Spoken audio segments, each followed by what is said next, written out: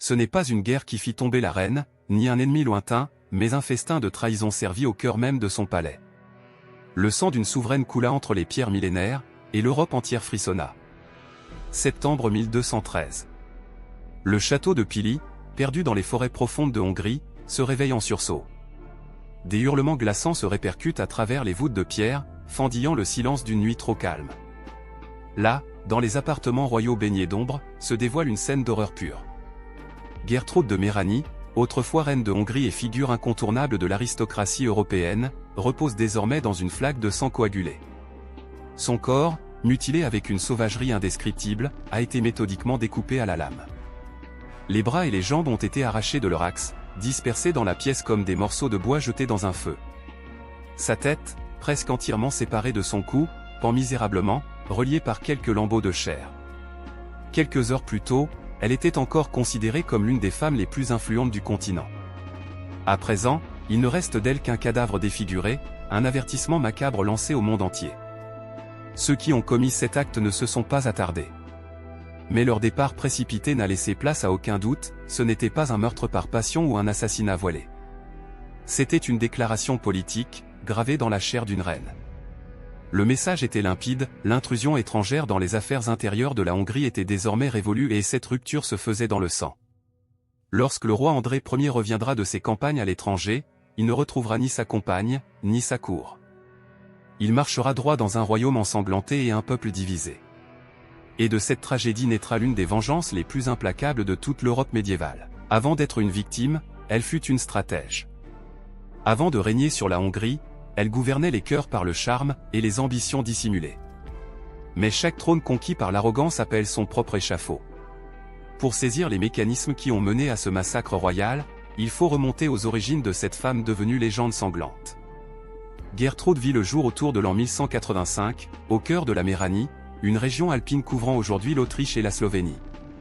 Issue de l'une des familles les plus influentes du Saint-Empire romain germanique, elle était la fille du puissant Berthold IV de Dalbert, prince d'une cour où s'entremêlaient luxe, intrigue et diplomatie. Dès sa plus tendre enfance, Gertrude fut immergée dans l'univers feutré du pouvoir, salons d'apparat, négociations secrètes, et alliances calculées formaient son quotidien. Elle apprit très tôt à lire les regards, à manipuler les silences, à séduire sans offrir. Sa vivacité d'esprit surprenait les vieux conseillers, et ses ambitions éclipsaient parfois celles des hommes. Belle à couper le souffle, disent les chroniqueurs, chevelure dorée comme les blés d'été, yeux bleus cristallins comme les lacs de montagne, peau claire comme la porcelaine, mais derrière ce masque d'innocence se logeait un esprit redoutable. À 18 ans, en 1203, son destin bascula. Elle fut choisie pour devenir l'épouse d'André, roi de Hongrie. Ce n'était pas un conte de fées. Ce n'était pas l'amour qui scella leur union, mais une stratégie. André avait besoin de l'appui militaire des duchés germaniques pour renforcer sa couronne, et la famille de Gertrude voyait en cette alliance une porte ouverte sur l'Est, un tremplin vers de nouveaux territoires à influencer. Lorsque Gertrude arriva à la cour de Hongrie en 1204, elle fut accueillie avec faste. Le peuple, fasciné par cette jeune reine venue de loin, l'acclama dans les rues fleuries. Le couronnement fut somptueux, rassemblant nobles d'Allemagne, de Bohême et de Croatie dans une euphorie diplomatique. Mais cette harmonie fut éphémère. Car Gertrude n'était pas venue pour servir. Elle était venue pour diriger. Elle était étrangère, et elle le resta. Non parce qu'on la repoussa, mais parce qu'elle ne chercha jamais à comprendre. Au lieu de s'intégrer, elle imposa. Et ce fut le début du naufrage. Les premières semaines de règne de Gertrude furent marquées par un éclat de grâce et d'élégance. La cour hongroise, bien que méfiante, admirait cette jeune reine venue d'ailleurs, dotée d'une prestance remarquable et d'une éducation raffinée. Mais ce vernis diplomatique ne tarda pas à se fissurer. Très vite, Gertrude fit comprendre qu'elle ne considérait pas la Hongrie comme une nouvelle terre d'adoption, mais comme un domaine à façonner selon ses vues. Elle n'honora ni les coutumes anciennes, ni les sensibilités des seigneurs du pays. Ce qui devait être une union entre royaumes devint peu à peu une colonisation masquée. L'un de ses premiers gestes politiques fut aussi le plus symbolique, elle fit venir de nombreux membres de sa famille et de la noblesse allemande, qu'elle plaça sans vergogne à des postes clés du royaume. Des fonctions jadis réservées à l'aristocratie hongroise furent offertes à des étrangers ne connaissant ni la langue locale, ni les subtilités des traditions. Ces hommes, habillés comme des princes mais ignorant des usages magyars, furent accueillis avec une hostilité grandissante. Les seigneurs hongrois, jusqu'ici influents et respectés, se virent peu à peu évincés. Certains furent remplacés, d'autres réduits à l'impuissance. Un mot se mit à circuler dans les couloirs sombres des châteaux, occupation. L'élite magyare ne voyait plus en Gertrude une reine, mais une envahisseuse au sourire doré. Les nobles hongrois comprirent peu à peu qu'ils n'avaient pas affaire à une souveraine étrangère de passage. Ils faisaient face à une conquérante dissimulée sous une couronne. Et une reine qui bouleverse l'équilibre d'un royaume, prépare sans le savoir son propre arrêt de mort. Ce n'est pas en brandissant une épée que Gertrude s'empara du pouvoir, mais en chuchotant à l'oreille d'un roi. Et dans ce murmure, elle fit plier les fondations séculaires de tout un royaume. Ce qui devait être un mariage d'alliance se transforma rapidement en un basculement politique. Gertrude ne se contentait plus de participer à la vie du royaume, mais elle en redessinait les contours. Et derrière elle, c'était toute une armée invisible de courtisans allemands qui s'engouffraient dans les brèches du pouvoir hongrois. Les premiers signes d'alarme furent ignorés. André, roi dévot mais influençable, trouvait dans sa jeune épouse une alliée ambitieuse. Il commença à lui déléguer les décisions qu'il n'osait trancher seul. Peu à peu, les affaires militaires, les négociations commerciales, et même les orientations religieuses passèrent entre les mains de la reine. Son influence devint si pesante que certains murmuraient que le royaume n'était plus gouverné depuis le trône, mais depuis les appartements de Gertrude.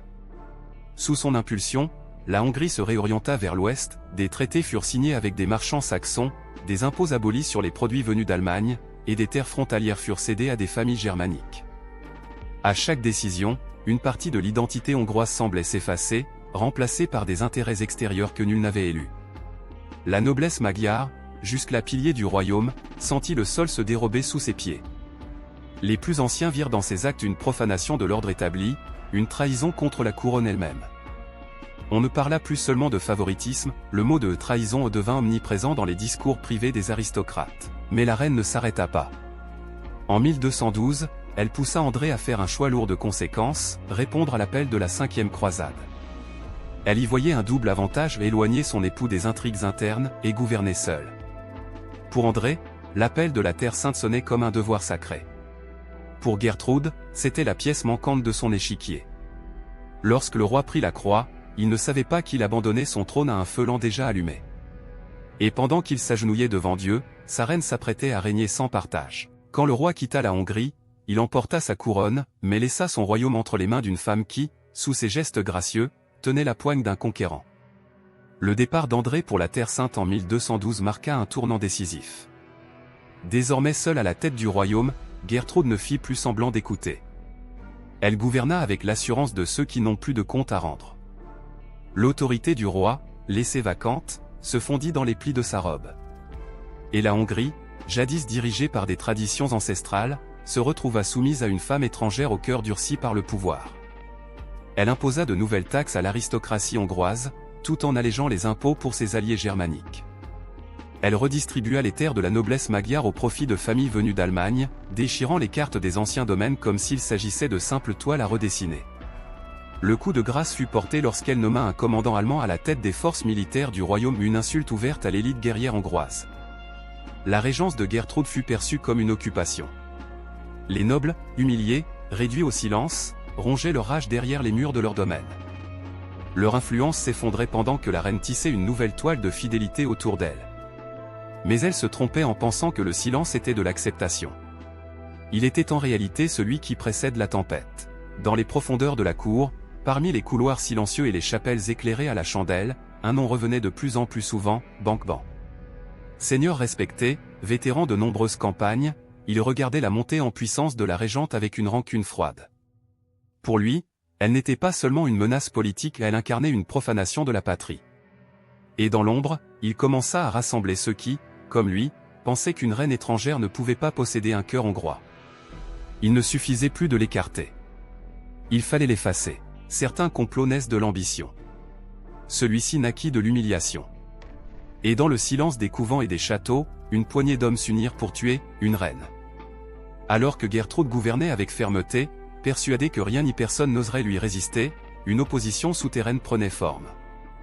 La noblesse hongroise, humiliée, marginalisée et vidée de son pouvoir, se mit à parler bas, mais à penser fort.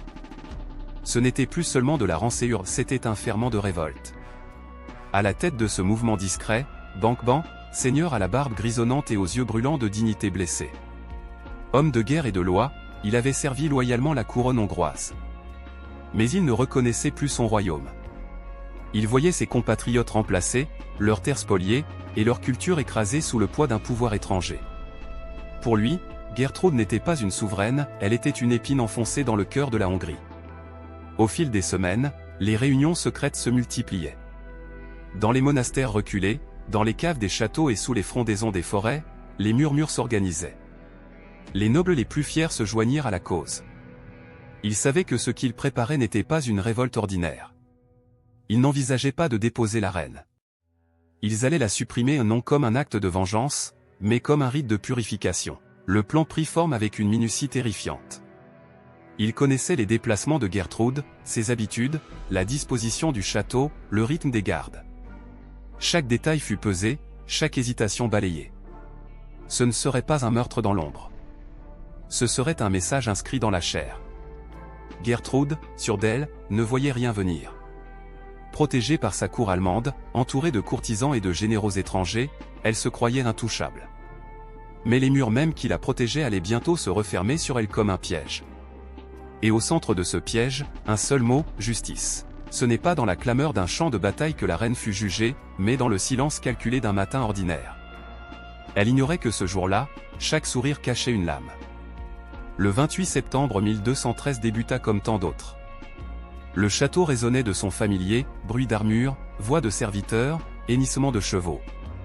Rien ne laissait présager que la journée serait écrite à l'encre du sang. Gertrude, fidèle à sa routine, avait quitté ses appartements pour rejoindre une chasse en montagne, un événement mondain organisé pour flatter ses alliés et renforcer sa position. Mais elle ne savait pas que cette chasse serait sa dernière course. Les récits divergent. Certains affirment que l'embuscade se produisit au cœur des bois de Pili. D'autres évoquent une attaque à l'intérieur même du château. Peu importe l'exactitude, la vérité, c'est que les conspirateurs avaient décidé que ce jour-là, elle ne verrait pas le coucher du soleil. Elle fut surprise au moment où elle s'y attendait le moins. Des hommes surgis des ombres, visages fermés, gestes précis. Elle tenta d'appeler à l'aide, mais une lame s'abattit sur sa gorge, interrompant pour toujours sa voix impériale. Ce premier coup ne fut que le prélude d'un rituel effroyable. Car il ne voulait pas seulement la tuer, il voulait faire d'elle un symbole de rupture, un avertissement pour tous ceux qui oseraient imposer leur domination à la Hongrie. Son corps fut méthodiquement découpé, mains tranchées, car elles avaient signé des lois contre le peuple, pieds sectionnés, pour avoir foulé la terre comme une conquérante, tête séparée du torse, comme pour nier à jamais sa souveraineté. Le sang éclaboussa les murs de pierre, transformant la scène en charnier sacré. Et lorsque les assassins disparurent, ils ne laissèrent ni mots, ni menaces. Leur message était déjà inscrit dans la chair mutilée d'une reine. Ce n'est pas seulement une reine qu'ils ont mis à mort, c'est une époque qu'ils ont éventrée. Ce jour-là, dans la pierre froide d'un château hongrois, l'histoire perdit son masque pour révéler son vrai visage, la cruauté sans limite du pouvoir. Lorsque les serviteurs découvrirent la scène, un silence de mort s'empara du château. L'air semblait plus lourd, le temps suspendu, comme si même les murs refusaient de croire à ce qu'ils voyaient. Le corps de Gertrude n'était plus celui d'une reine, c'était une offrande sanglante faite à l'esprit de la révolte. Certains s'évanouirent d'effroi. D'autres restèrent figés, incapables de détourner les yeux de ce spectacle cauchemardesque. Les vêtements royaux, déchirés, souillés, ne masquaient plus rien. Son sang, répandu en flaques épaisses, s'infiltrait entre les dalles de pierre comme pour inscrire à jamais l'acte dans les fondations du royaume. Jamais auparavant un meurtre politique n'avait été aussi méticuleux, aussi rituel. Ce n'était pas une explosion de rage, mais une cérémonie noire exécutée avec précision. Chaque membre tranché racontait une histoire. Chaque blessure était un symbole. C'était une exécution pensée comme une punition divine. Dans les heures qui suivirent, la nouvelle se propagea à une vitesse fulgurante. D'abord dans les couloirs du palais, puis dans les rues, jusqu'au village reculé, où l'on chuchotait déjà que les dieux avaient puni l'arrogance. En Méranie, sa famille, effondrée, exigea une vengeance immédiate. À la cour impériale, certains envisagèrent une guerre contre la Hongrie. Mais le silence le plus lourd fut celui du roi, absent, qui n'avait encore rien vu, rien entendu. Le royaume, lui, entrait dans une zone grise. Il n'y avait pas de fête après cette mort. Pas de libération. Seulement une stupeur nauséeuse. Car en détrônant Gertrude à la lame, les nobles hongrois n'avaient pas seulement mis fin à une régence étrangère, ils avaient libéré une bête qu'ils ne contrôlaient pas, la soif de vengeance d'un roi. Ce n'est pas un roi que la croisade rendit à la Hongrie, c'est une ombre consumée par le chagrin. Et dans cette ombre, se dissimulait un feu que rien ne pourrait plus éteindre. Lorsqu'André Ier franchit de nouveau les frontières de son royaume, à l'hiver 1214, ce n'était plus le même homme.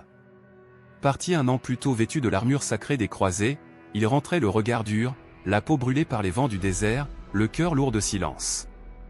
Loin de lui les chants de victoire et les tapis de fleurs. À son retour, ce fut le froid, le vide et un silence pesant chargé d'un secret qu'aucun serviteur n'osait lui révéler. Mais un roi ne tarde jamais à sentir quand son trône a tremblé en son absence. Le palais ne chantait plus. Le regard de ses chevaliers fuyait le sien. Et puis, la vérité tomba. Elle ne fut pas dite. Elle s'imposa dans les yeux rougis de ses proches, dans les couloirs sombres du château, dans les prières que l'on chuchotait encore à l'aube. Gertrude était morte. Assassinée. Découpée comme une bête. Humiliée jusque dans la chair. Le roi chancela.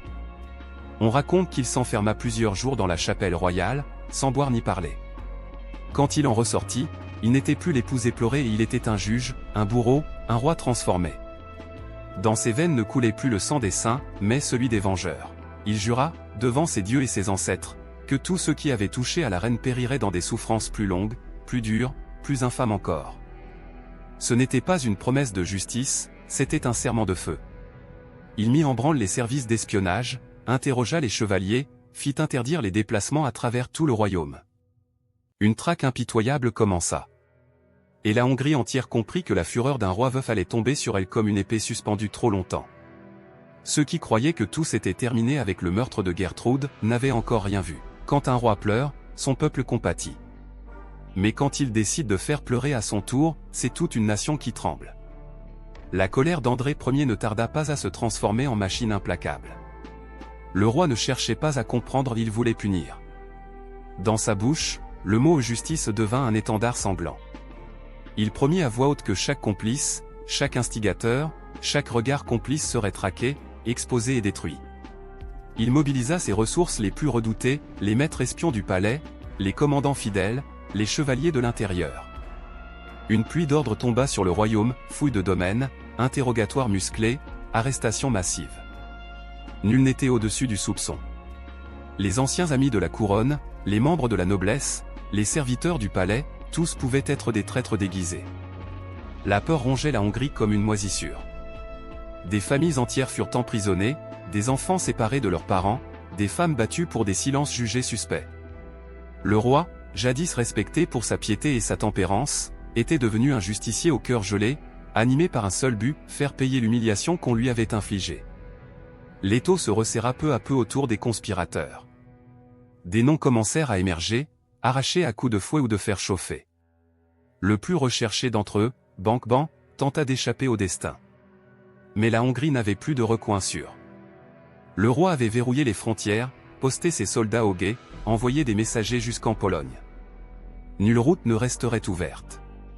Lorsqu'il fut finalement capturé en tentant de traverser la Tisza, en habits déchirés et visage ravagé par la fatigue, même ses geôliers baissèrent les yeux. Il n'était plus l'homme d'honneur qu'ils avaient connu, mais une ombre brisée, rattrapée par une vengeance trop grande pour un seul homme. André exigea qu'il soit enchaîné, exposé, livré devant lui sans délai.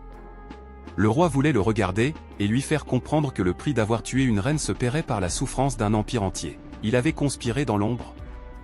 Il allait mourir en pleine lumière. Et dans cette lumière, c'est toute la Hongrie qui fut forcée d'ouvrir les yeux.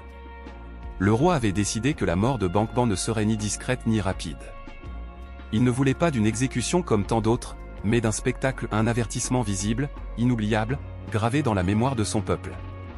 Il ordonna que l'exécution ait lieu au centre de Buda, sur la grande place, devant l'ensemble de la noblesse, convoquée par décret royal. Personne ne pouvait se soustraire à la vision du châtiment. La date fut fixée, le 1er mai 1215. La rumeur se répandit comme une traînée de poudre. Des familles entières accoururent, certaines par devoir, d'autres par curiosité morbide.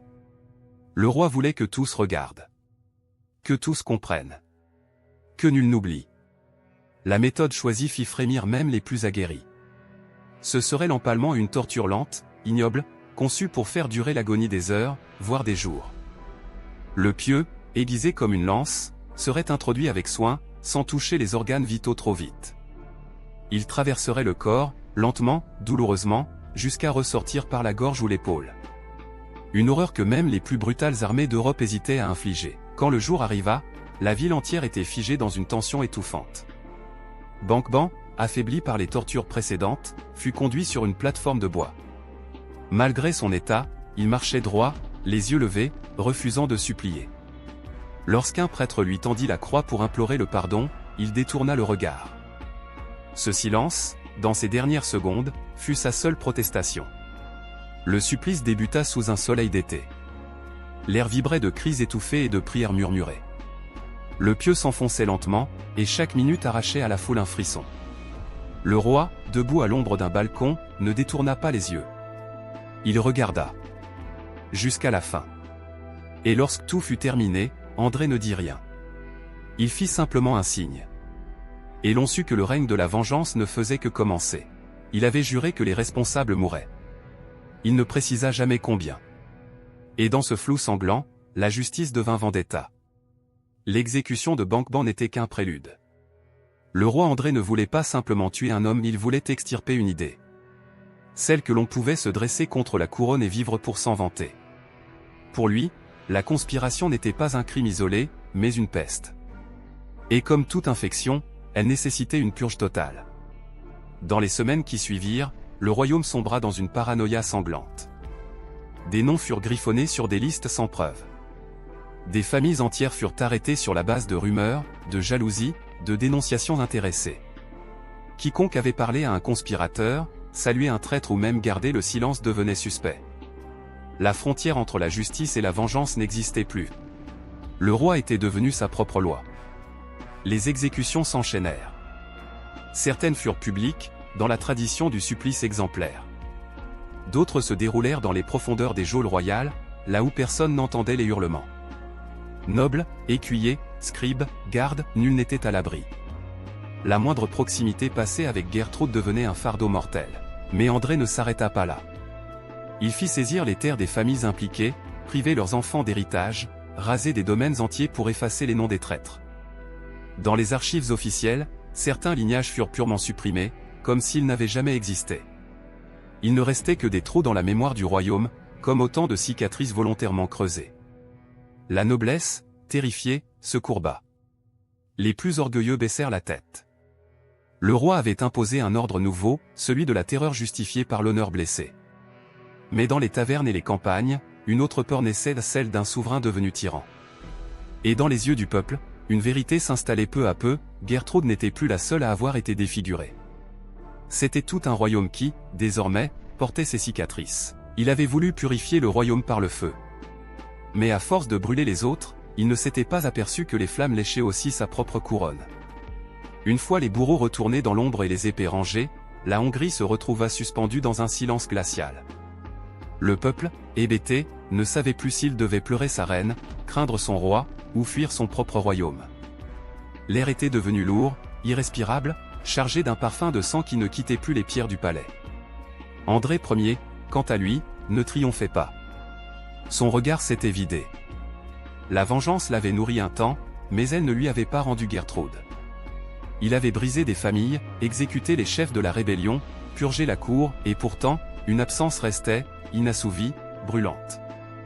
Chaque nuit, il rêvait d'elle, mais ce n'était plus la reine radieuse des jours de faste.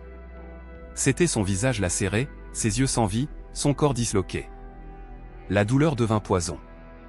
André, rongé de l'intérieur, perdit peu à peu son éclat. Il évitait les banquets, se murait dans ses appartements, priait des heures sans trouver de paix. Les conseillers s'inquiétaient, les serviteurs murmuraient, le roi n'était plus un souverain, mais une amantée. La cour, autrefois animée, devint austère. Le trône semblait trop lourd. Les nobles, terrifiés par la moindre faute, n'osaient plus parler librement. Les décisions se prenaient dans la peur, la loyauté devenait servilité, et l'intelligence politique s'effaçait devant la paranoïa. Ironie tragique, en voulant venger sa femme, André avait tué ce qui lui restait d'humanité. Il était devenu un roi respecté non par amour, mais par crainte. Et cette crainte creusait autour de lui un vide que rien ne comblait. Car on peut écraser les corps, mais on ne réécrit pas une conscience tourmentée. Et André en portait désormais une trop lourde pour continuer à régner en homme libre. Il avait nettoyé le trône de ses ennemis, mais à quel prix? Le palais était pur, oui. Pur de vie, pur de rire, pur d'âme. Et dans ce désert de silence, le roi écoutait enfin sa propre chute. Les couloirs du château, autrefois animés de chants et de rumeurs, résonnaient désormais du seul bruit des pas du roi. André marchait seul. Toujours. Même les plus fidèles de ses compagnons ne l'approchaient plus sans craindre de croiser un regard devenu aussi tranchant que la hache du bourreau. Il était désormais craint, presque maudit.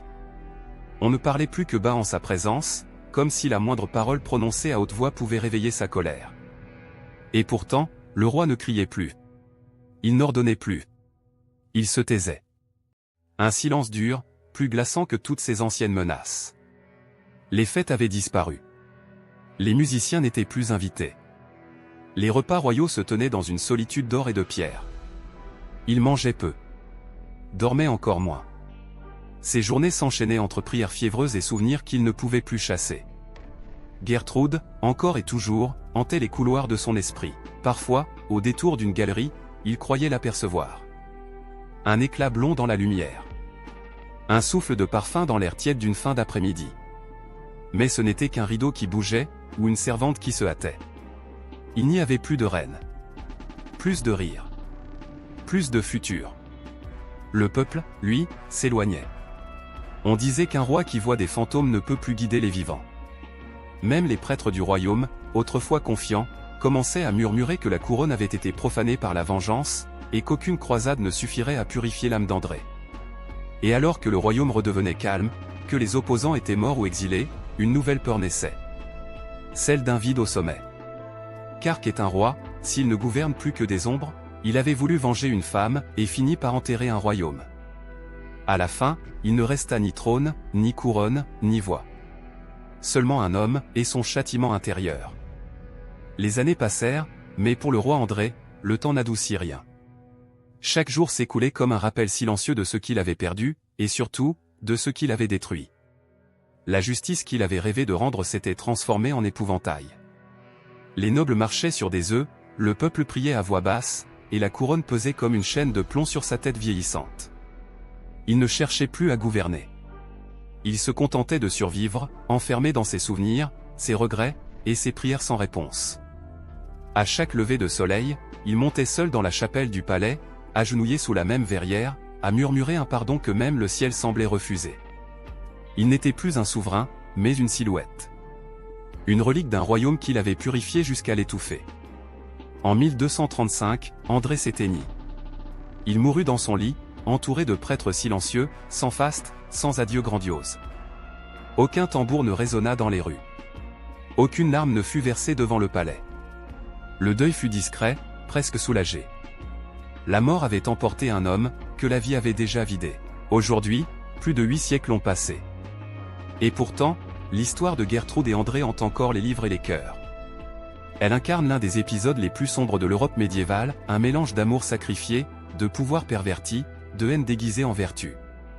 Gertrude a été assassinée par la peur. André s'est détruit par vengeance. Et la Hongrie, prise entre deux flammes, en sortit marquée à jamais. Car dans cette tragédie, il n'y eut ni héros, ni martyr. Seulement des victimes, d'une époque où le pouvoir se mesurait à l'épée, et la justice au fil du couteau.